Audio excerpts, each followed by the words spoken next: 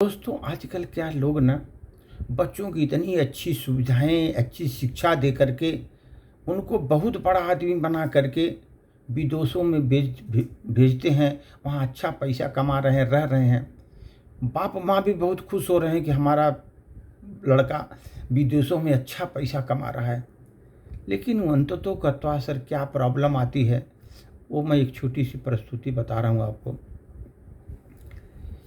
एक आदमी सर, बहुत बड़े आदमी थे, अपने को बहुत भाग्यशाली मानते थे वो। कारण यह था कि उनके दोनों पुत्र आईआईटी करने के बाद लगभग 2 करोड़ का वेतन अमेरिका में प्राप्त कर रहे थे महीने। 2 करोड़ का वेतन उनको अमेरिका में मिल रहा था। जब वो ऑफिसर रिटायर हो गए सर, तो उनकी इच्छा हुई कि उनका एक पुत्र भारत में लौट आए, एक भारत में आ जाए उनका एक पुत्र और उनके साथ ही रहे। परंतु अमेरिका जाने के बाद कोई पुत्र भारत में आने को तैयार नहीं हुआ उनका। उल्टे उन्होंने अपने पिताजी को बोला अमेरिका में आकर उनको बसने की सलाह दी, इधर आओ रहो। वो बड़ा ऑफिसर जो था सर, अपनी पत्नी के साथ वो अमेरिका चला गया। बच्चों ने बुलाया गया, परंतु वहाँ पर उनका बिल्कुल मन नहीं लगा, क्योंकि अमेरिका में उनका मन नहीं लगा। फिर वो भारत लौट आए। दुर्भाग्य देखिए सर, दोनों पति पत्नी रहते थे। पत्नी को मेडिकल प्रॉब्लम हो गया सर, पैरालिसिस हो गया उनके पत्नी को, और वो पति की सेवा पर भी निर्भर हो गई। उसका पति ही देखभाल करता था। वो प्रतिदिन उसको दवाइयाँ, उसकी देखभाल, वो जो ऑफिसर रिटायर हुए अपनी पत्नी की देखभाल करते थे। पत्नी के जुबान में भी लकवा मारा था, इसलिए कुछ बोल भी नहीं पा रही थी। बुढ़ापा आखिर बुढ़ापा ही होता है सर। फिर भी वो ऑफिसर पूर्ण निष्ठा और स्नेह से पति धर्म का निर्वहन कर रहे थे। अब वो एक रात्रि को वो ऑफिसर दवाई वगैरह दे करके अपनी पत्नी को सुलाया और स्वयं के पास लगे हुए पलंग पर सोने चले गए। लगभग रात में उनको हार्ट अटैक हुआ और वो ऑफिसर खत्म हो गया बेचारा, बड़ा ऑफिसर था। पत्नी 6 बजे उठी, इंतजार करने लगी पति की। वो मदद मांगने के लिए आवाज़ देने वो बोल रही थी। इंतजार करते करते किसी उसको अनिष्ट की माने कि अनिष्ट की आशंका हुई पत्नी को। चूंकि पत्नी चलने में असमर्थ थी पत्नी उनकी, तो अपने पलंग से नीचे गिराया अपने फ़ोन को और घसीटते हुए पति के पलंग के पास पहुंची। उसने पति को हिलाया डुलाया, कोई हलचल नहीं थी। पत्नी समझ गई कि साहब नहीं रहे। पत्नी की जुबान लगे हुए कान नहीं चल रही थी। किसी को आवाज़ देकर बुलाना भी पत्नी के बस में नहीं था। घर के पास कोई सदस्य भी नहीं था। वो साहब का मोबाइल लिया, टेबल पर रखा था। पड़ोसी को सूचना देने के लिए घसीटते हुए मोबाइल की तरफ गई। 4 घंटे की मशक्कत के बाद वह फ़ोन तक पहुंची। कई बार गिरते पड़ते वह फ़ोन के नीचे गिराया। पड़ोसी के नंबर जैसे तैसे लगाए। पड़ोसी भला इंसान था। फ़ोन पर कोई बोल नहीं रहा था, पर फ़ोन तो आया था। वो समझ गया मामला कुछ गड़बड़ है।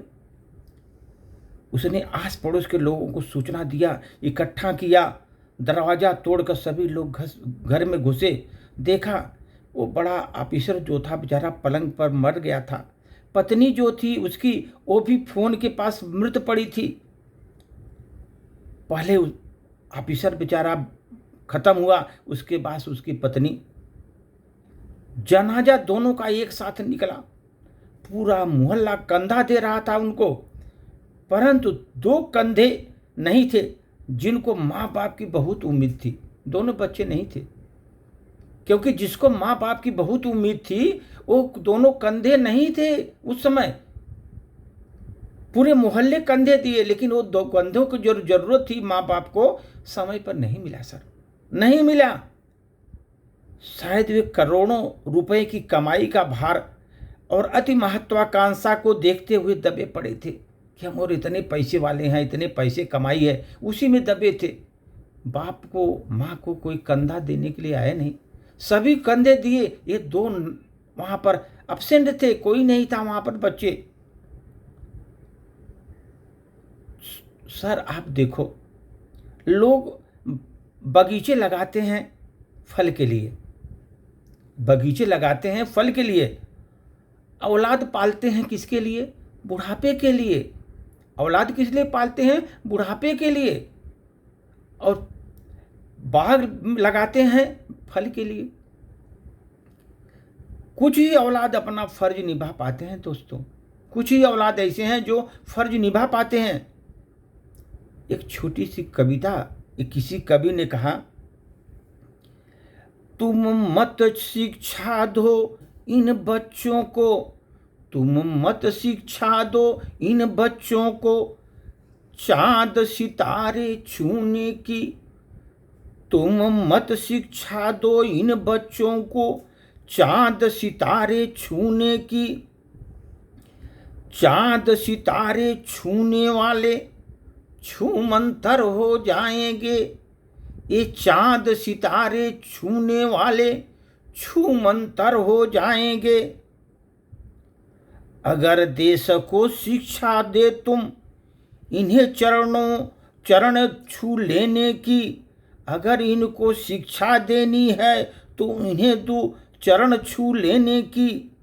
जो मिट्टी से जुड़े रहेंगे, जो मिट्टी से जुड़े रहेंगे रिश्ते वही निभाएंगे, जो मिट्टी से जुड़े रहेंगे वही रिश्ते निभाएंगे।